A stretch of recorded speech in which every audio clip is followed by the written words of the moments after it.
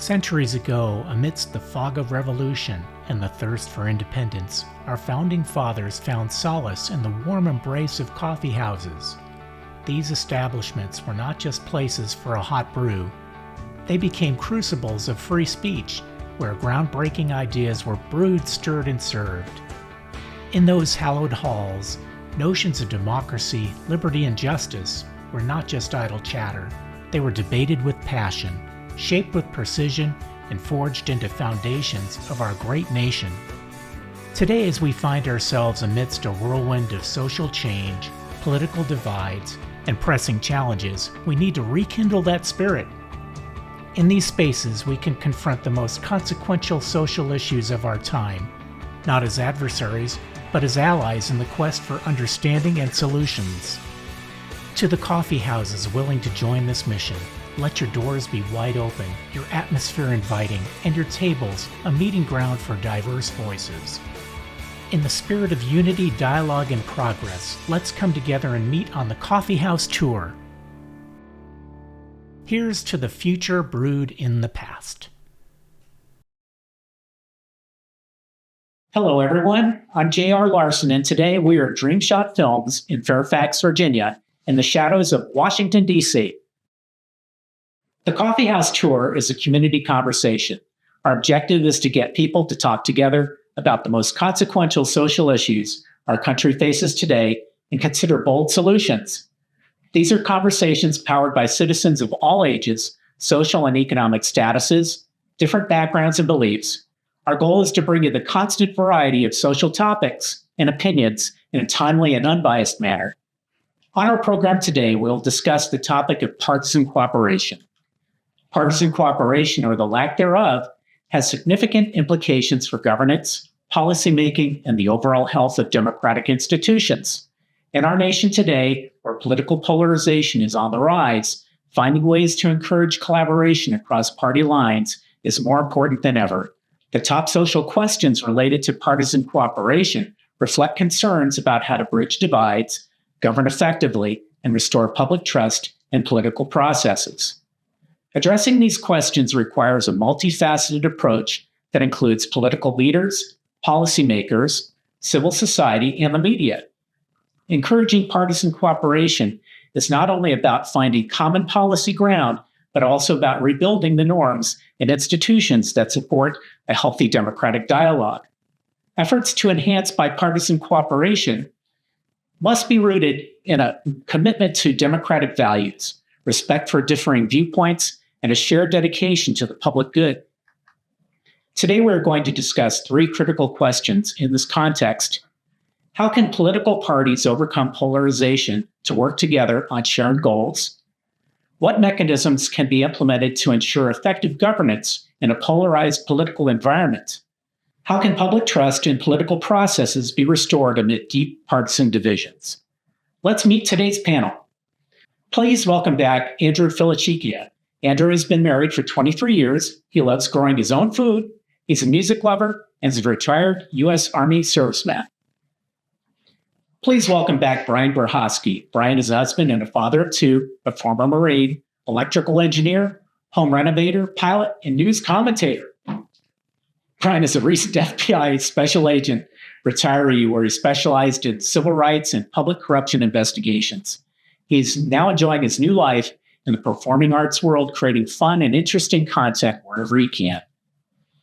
And last but not least, please welcome back Jason Thompson. Jason is an actor with over 20 years of experience, as well as a professional sales training consultant for the health and fitness industry. He's an advocate for unfiltered and independent thinking. We're looking forward to your perspectives today on the show. All right, let's get started and dive into our first topic. How can political parties overcome polarization to work together on shared goals? Andrew, how about you lead off for us? I wish it was an easy answer. I don't know when it stopped being we and it became me. I think it happened slowly, but I think if our founding fathers were here, they might have been at the Capitol with torches, right? I think we need term limits. as a base, as a beginning. We don't have this term limit where this person makes a career out of what they're doing, be it good or bad for the country.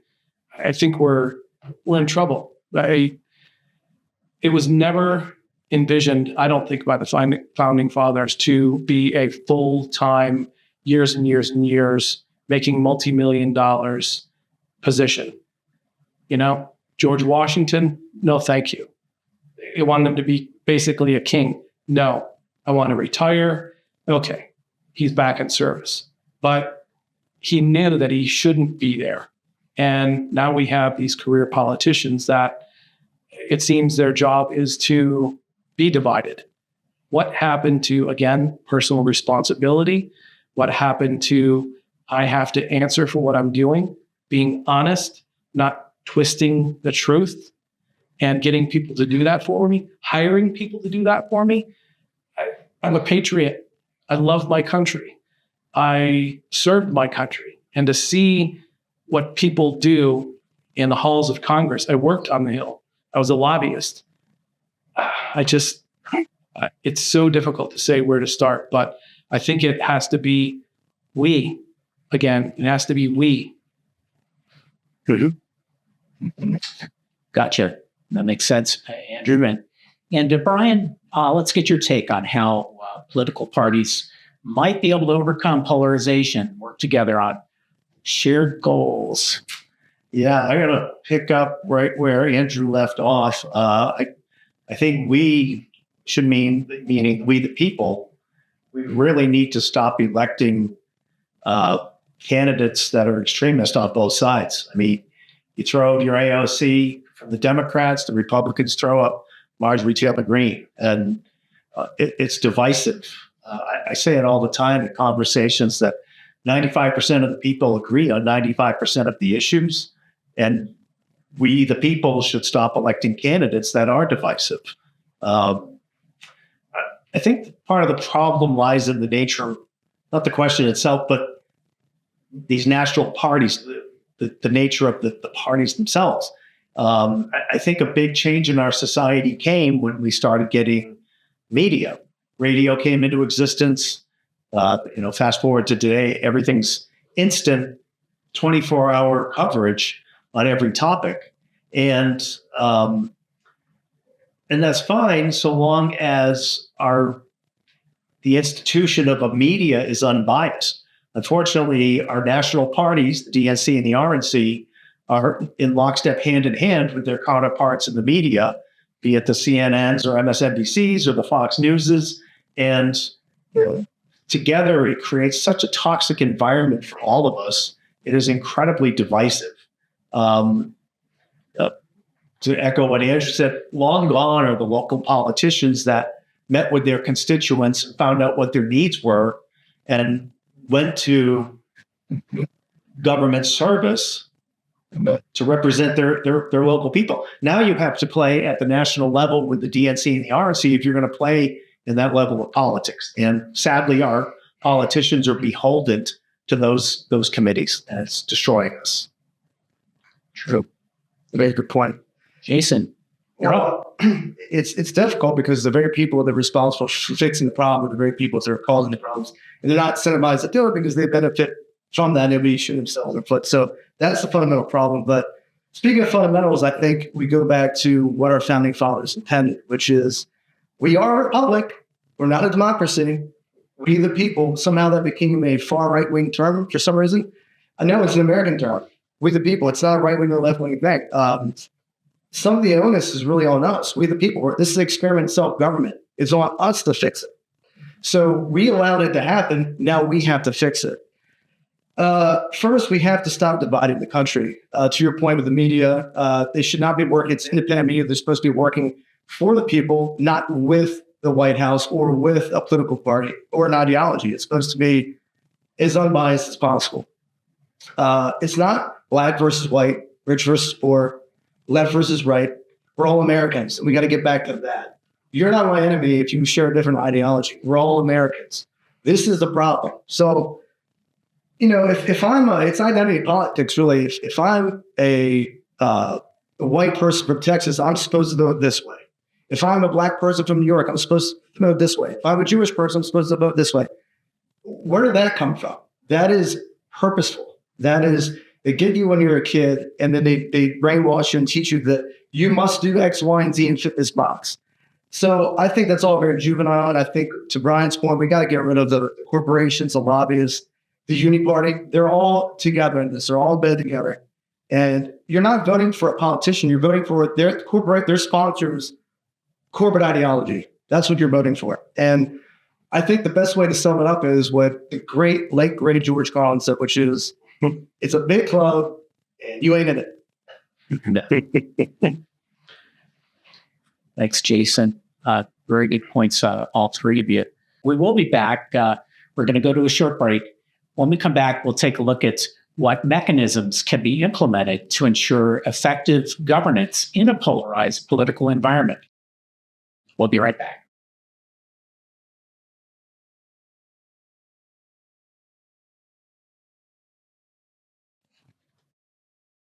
And we're back. In this block, we're going to share ideas on what mechanisms can be implemented to ensure effective governance in a polarized political environment. What we do. And Brian, let's start with you. Yeah, this is another one of those tough ones that the power lies with the politicians, and trusting them to police themselves is, good luck. We as citizenry, the only thing we can do is make it uncomfortable for them to make bad decisions or decisions that serve their self-interests. So I just think these national politicians need a wake-up call that the power does lie with the voters, and that's our voice. And, I think probably one of the scariest things for the national politicians on the Supreme Court ruling that overturned Roe v. Wade was all the court said was the previous court was wrong for making the decision that they made. They didn't have nearly the authority to make that decision. The decision belongs with the states. And that's what happened. Now you see across the country, the voters, through their local elected officials, are implementing policies, practice, laws, regulations that legalize abortion or women's health. I'm not taking a stand either way on the issue. What I'm saying is that the good news about the Roe v. Wade overturning was that it put the power back with the states. And I think that just sends a very chilling message to the national politicians that states' rights might be, the pendulum might be swinging back towards that. And I think that's a very good thing. You have a much better chance of talking to your local representative for your district than you do with your state senator, especially in a big state like California or Texas. There's only two of those people. And you've got no chance of ever talking to them. But you can go talk to your local state representative and you can voice your opinion and be heard. So I just think it'd be a very good thing for the disinfectant to be shown on the national problems and return the power down to the states so that they can fix things at the state level. So, Jason, what mechanisms do you think could be implemented to ensure effective governance? This is your toughest question, JR. Personally, I think there's no mechanism or reforms that are going to matter unless if the government's being run by outside interests, corporate interests, the unity-party structure, it won't matter because, again, it's self-serving. That being said, it's really not that complicated. We already have the mechanism now. It's always been there since 1776. It's called the Constitution. We, the people, we keep talking about it. That's an American thing. The framework is the Constitution. We are supposed to come together under that. And I'm an independent. I'm not left. I'm not right. So I would be pliable in my thinking. But there is something to be said, like Brian said, for states' rights. On the local level, that's how it's supposed to be run. That's the division of power. That's how, mom and pop business can exist. And that's why people come here. That's what makes us unique and special. It's that division of power, and that we all are supposed to have a say and have equal rights under the government. When we get away from that under the illusion of democracy as opposed to a constitutional republic, and it drives me nuts when politicians, democracy. We are a constitutional republic. There's a reason why they say that. We can't go over that 2 minutes, but there's a reason why they do that. That's civil sales. And again, I'll go back to my original point. We have to get the corporations and some of the lobbyists, former lobbyists out of the equation, I think, again, become self-serving. You're voting for the sponsorship's ideology. And now it all seems to be the same ideology on both sides. That doesn't help any of the middle class. It's self-serving, becomes everyone's rich at the top, spoon-feeding each other, and the rest of us are left with the scraps. And as Forrest Gump said, that's all I got to say about that. Box full of chocolates. We'll edit that part out. No. Andrew, what strategies do you think could be implemented to ensure effective governance in this polarized political environment we have? What strategies would I like to see implemented versus pie in the sky? Would we ever do that because it doesn't serve our political interest? Congress, hey, pat each other on the back, got a raise. What? You're spending money we don't have. That's a non-starter for me. I couldn't do that as a kid. Why now? Why are you wasting my taxpayers' dollars? Where is that personal responsibility? As Jason said, one nation under God. Again, we forget about that. Where are we starting? Well, who's right? Who's wrong? There is no right. There is no wrong. Come on. We have that in us. We know what's right. We have that innate sense, right? We're born with that. We know that. These people that are doing wrong are not being held to account. It's greed. It's evil. We have to have a conversation about that and say, you can't do that. I remember when I was a kid, we had TV programs, national stuff. It's like we had our little fill in the circle thing, and everybody was doing it. And then we go to school and talk about it. Here's a report card. All networks, everyone must cover it. You want the privilege of putting stuff out on the government airways, the government owns them. You have to have ad-free, no charge. Each of these people get to speak. Each of these people are going to be judged, scorecarded, whatever you want to call it. And we're going to put it on TV and we're all going to talk about it the next day for the next 3 days and say, oh, wow. I don't know. Does sociologists do this? A scorecard. Who's the most self-serving? You're out. You fell below X line, you're out. You're only there for yourself and special interests. You're out. Responsibility. Hold them to account. Gotcha. Time for go backs. Jason. I'd like to respond to something that Andrew said. You make a good point. I think people know what's right, what's wrong. But even if someone that's watched your program doesn't agree with that statement, they think, well, there's a lot of gray area. Well, we do know for sure what works and what doesn't work. We know that because we have history of it. This worked, this didn't work. So whether you agree with that from an ethical or moral standpoint, it doesn't matter. What works? What's better for society? What's better for all of us? And I think we have history dictates that.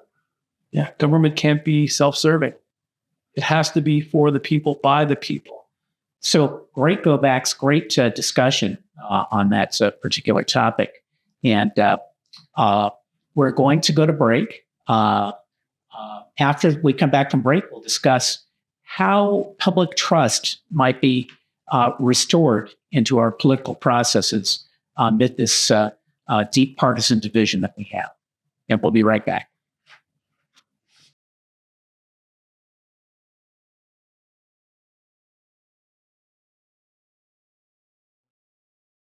And we're back. In our final block, we look at partisan cooperation from a different angle. How can public trust in political processes be restored amid deep partisan divisions? Jason, would you like to go first? I would love to. Thank you so much for the opportunity. Well, like anything else, if you're in a relationship and you want to trust who you're partner with, then transparency goes a long ways. Show us. Don't tell us. I don't want to hear your words. I want to hear what you're actually doing. Let's see it. Pass term limits. Do something that goes against your benefit for once. That would go a long ways. Stop hiding terrible policies in 400-page documents. Should be transparent. Why are you going in being a public servant? You're walking out a multi-millionaire. I'm not stupid. And stuff's just not right there. And by the way, shouldn't there be the same consequences regardless of what side of the aisle you're on? January 6 people versus Antifa. Same summer, different consequences. Biden versus Trump. If you think there's corruption on one side, there's certainly corruption on the other. Regardless of what side you're on, you have to maintain independent thinking, objectivity. And then let's openly debate, shall we? We find out what the best ideas are. Why are my ideas shut down while yours are glorified because you have a different narrative? So, or you support a different ideology. The number one thing is media reform. Independent press was supposed to protect us. It wasn't supposed to be in bed with political, it's not supposed to be a PR department for ideology. And that's when you start getting to communism and that sort of thing. But it's 90% of the media. Look at it. Follow the money. 90% of the media is controlled by a very few entities. So they mobilize all that, and then they corrupt society.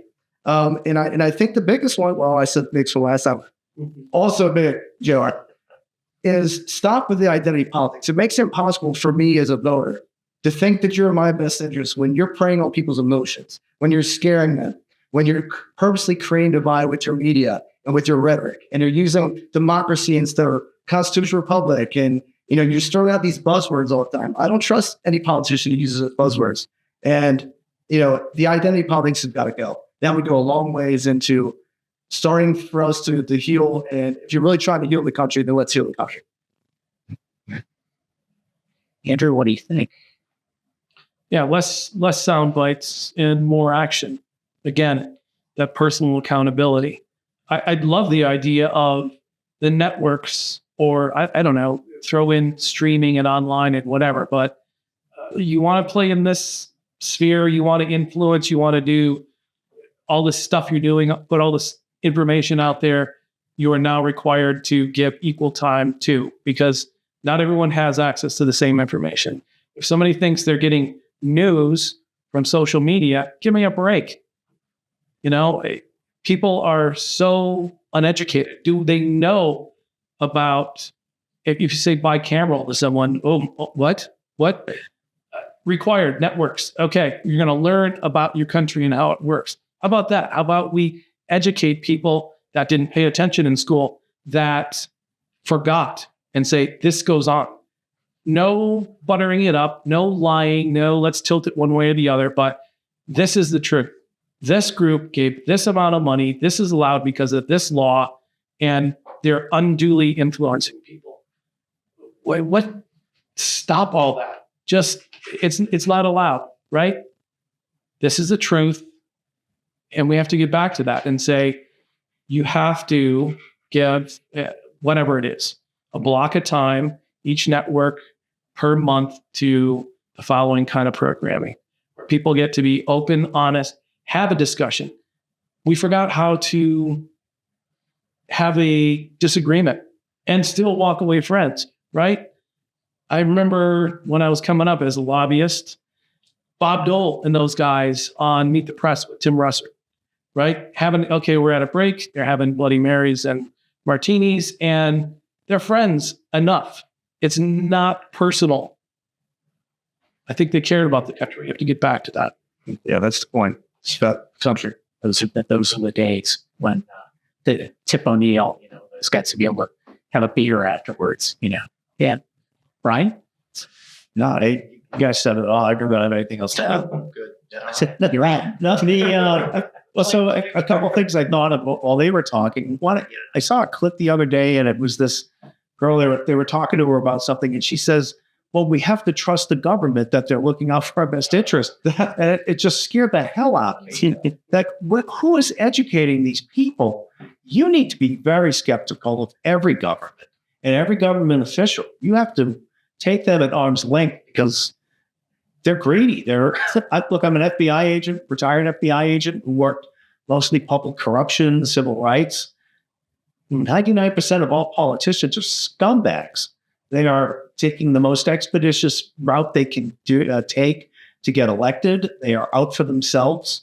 You guys have each commented on it. They're public servants, but somehow they end up walking out of government service, millionaires, multimillionaires. We need to be skeptical of these governments. So, Billy, what you guys said, though, those are some of the thoughts that came into my mind. I would love to see people shut off their national news, shut off the CNN, shut off the MSNBC, the Fox News, all of it. You're going to be a lot happier. Telling you that because I've done it. I used to watch those things. We had them on at all of them at the FBI, and they're peddling anxiety. That is the product that they sell. The top of every hour is breaking news, a Fox News alert happening now, and it's the same talking heads hour after hour, different faces, same message. And what they're doing to you is pounding you with commentators and contributors who are telling you how to think and how to interpret the information they're giving you. You're going to be a lot happier. We're going to be much better off as a society if we can get rid of these biased national news organizations. Right. Go back. So we got about a minute. Well, one thing, to O'Brien's point, healthy skepticism is important. We can't have a naive society. That's how we get taken advantage of. They peddle idealism in college. You're supposed to come and gumdrops, fairy dusts, how about let's be hopeful and to do the work as opposed to being idealistic and being gullible and pretend that nothing's going on, because that's how we got here. Yeah. How about thinking for ourselves? Yeah. Correct. Critical thinking. Yeah. Be Reagan, trust but verify. If you want to believe in your government, fantastic, good for you. Verify what they're saying to you. Don't just take them at their word.